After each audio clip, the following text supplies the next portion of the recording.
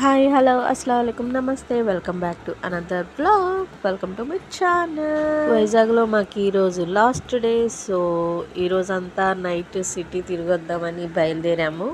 వైజాగ్లో ఉన్నప్పుడు first thought బీచే వస్తుంది. చల్లగా బీచ్లో కొంచెం వాటర్తో ఆడుకొని ఆ తర్వాత మళ్ళీ సిటీ అంతా తిరగొద్దామని ప్లానింగ్ అనమాట. అది కాకుండా వైజాగ్లో అన్ని బిల్డింగ్స్ కంటే పొడవు బిల్డింగ్ ఉందంట. సో అది ఇప్పుడు నేను ఇప్పుడు వరకు చూడలేదన్నమాట. సో ప్రస్తుతానికి నైట్ టైమే వెళ్ళాల్సి వస్తుంది, ఎందుకంటే మా హస్బెండ్ తీసుకెళ్తానన్నారు. సరే అనేసి వెళ్దాం అనుకున్నాము. మీకు అది కూడా చూపిస్తాను, వీడియో స్కిప్ చేయకుండా చూడండి. ఈ వీడియో మీకు చాలా బాగా నచ్చుతుంది, ఎందుకంటే సిటీ అంత కదా, వైజాగ్ సిటీ నైట్ టైం చాలా బాగుంటుంది ఈ లైటింగ్స్ తో. ఓకే, ఈ వీడియో చూసి ఎంజాయ్ చేయండి. అండ్ ఈ వీడియో నచ్చినట్లయితే like, share, comment and subscribe to my channel. Okay, let's watch the video.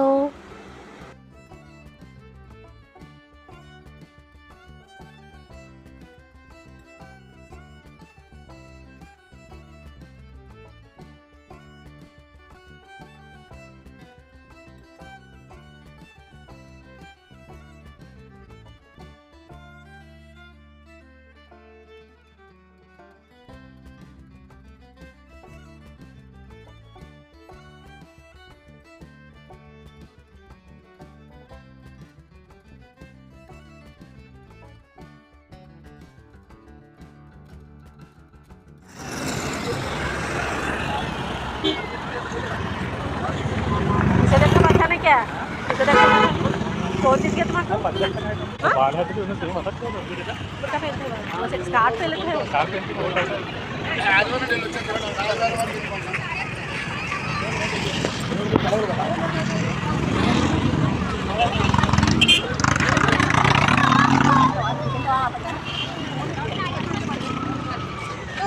बाल काम नहीं काटे चूड़ा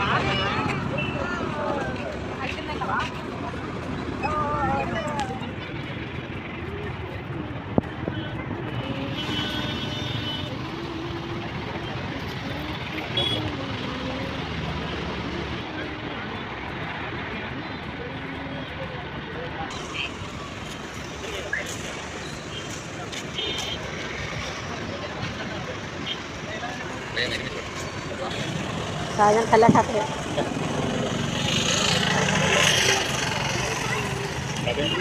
दाल दाल दाल दाल कैसे खाते हैं हाथ से खाते हैं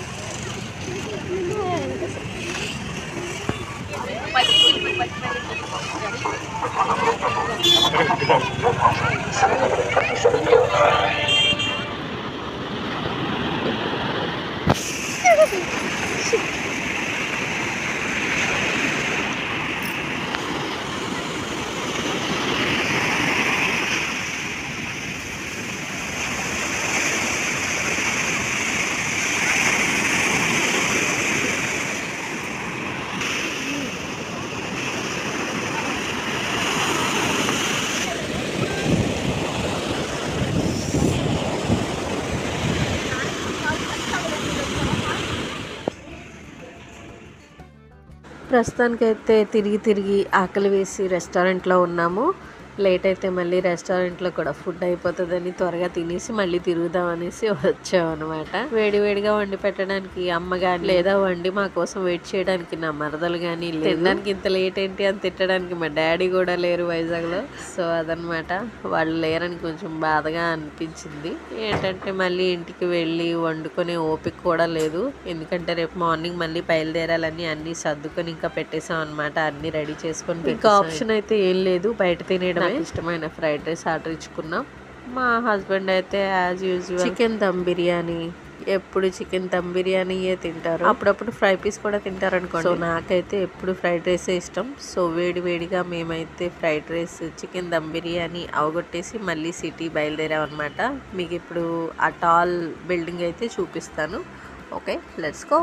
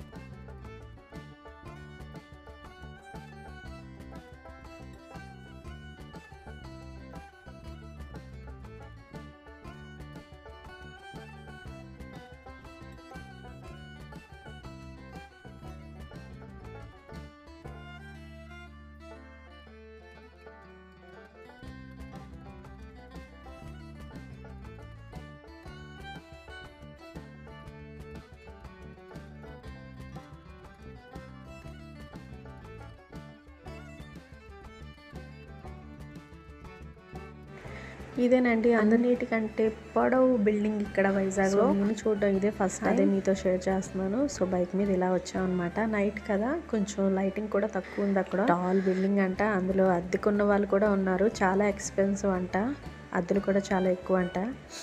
రెంట్స్ తీసుకోవాలంటే ఎక్స్పెన్సివ్ వాళ్ళే ఉండాలి. సో మనకైతే కష్టం. సో చూసుకొని అలా బయలుదేరిపోయాం. ఇంకా మార్నింగ్ బయలుదేరాలి కదా, త్వరగా పడుకొని త్వరగా లేవాలి. పిల్లలతో అయితే తెవలదు కదా. ప్రస్తుతానికి వైజాగ్ నుండి రాజమండ్రి జర్నీ అయితే స్టార్ట్ అయింది. అమ్మ వాళ్ళ ఇంటి నుంచి బయలుదేరుతున్నాము స్టేషన్కి. సో క్యాబ్ అయితే బుక్ చేశారు. సో క్యాబ్ ఇప్పుడు భోజనం చేసాం అనమాట. ఇప్పుడే క్యాబ్లో ఇప్పుడు పిల్లలకి పడదు. మా పిల్లలు కూడా రెడీగా ఉన్నాయి. ఐరా, హనీ ఇద్దరిని ఒకే బాక్స్లో అయితే యాక్చువల్లీ ఇప్పుడు అవి 2 ఫ్రెండ్స్ అయిపోయాయండి. ఇంకా అందుకే ఒకే బాక్స్లో పెట్టేసాం అనమాట జర్నీ చేయడానికి. మమ్మీ వాళ్ళకి కూడా ఫోన్ చేసి చెప్పేశాను అనమాట మేము బయలుదేరిపోతున్నామని. So let's go for Rajahmundry our home. So మా క్యాబ్ కూడా వచ్చేసింది. క్యాబ్ కాదు, యాక్చువల్లీ ఆటో. క్యాబ్ బుక్ చేసాం కానీ ఇప్పుడు పిల్లలతో పడలేమని మళ్ళీ ఆటో బుక్ చేసాం అనమాట. So let's go.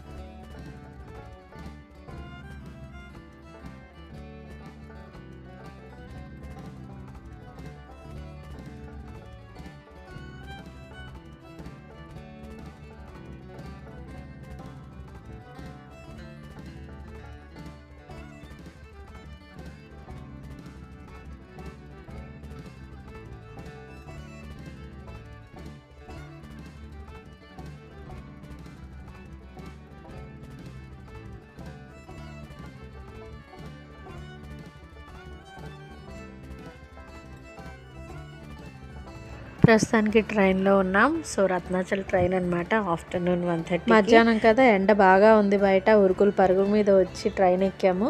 ఓన్లీ మనం ట్రైన్ అడుగు పెట్టగానే ఇంకా బయలుదేరిపోయింది. ఆ తర్వాత ప్రశాంతంగా కూర్చొని చల్లగా ఏదైనా తాగాలనిపించింది. లక్కీగా బటర్ మిల్క్ వచ్చింది ఆ టైంలోనే. సో అందుకు బటర్ మిల్క్ తాగాము.